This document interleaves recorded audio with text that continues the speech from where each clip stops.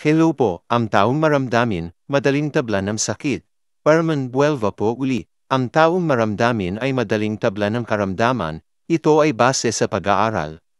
Kekon, yan ang tawag sa mga taong nanggagalaiti kapag nabiro. Hindi natin maiwasan ang matawa sa kanyang reaksyon kapag nakita natin siyang namumula na sa galit. Ang una kasi nating iisipin ay tila napakakitid naman ng kanyang utak. Simpleng biro ay pinapalaki pa niya.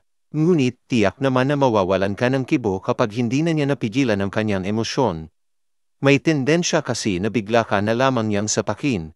Makabubuting mag-isip ka muna ng kung ilang beses bago mo biruin ang isang taong pekon dahil baka mabigla ka na lang sa kanyang maging reaksyon. Okay lang sana kung makita mo lang siyang magalit pero, paano naman kung maging marahas ang kanyang reaksyon bilang ganti?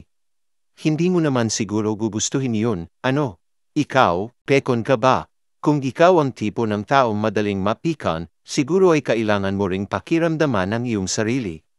Ayon kasi sa pananaliksik ay napagtantong ang taong emosyonal o madaling map-icon ay madali ring dapuan ng katamdaman.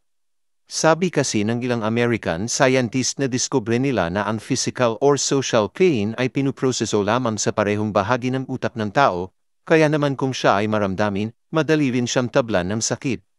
Kaya kung susuriin mo ang mga taong iyong nakakasalamuha ay mapagtatanto mo na ang mga taong masayahin ay hindi halos nakakaramdam ng sakit samantalang ang taong pekon, malungkutin or laging nidi-depress ay masasakitin. Ingat po palagi. God bless po.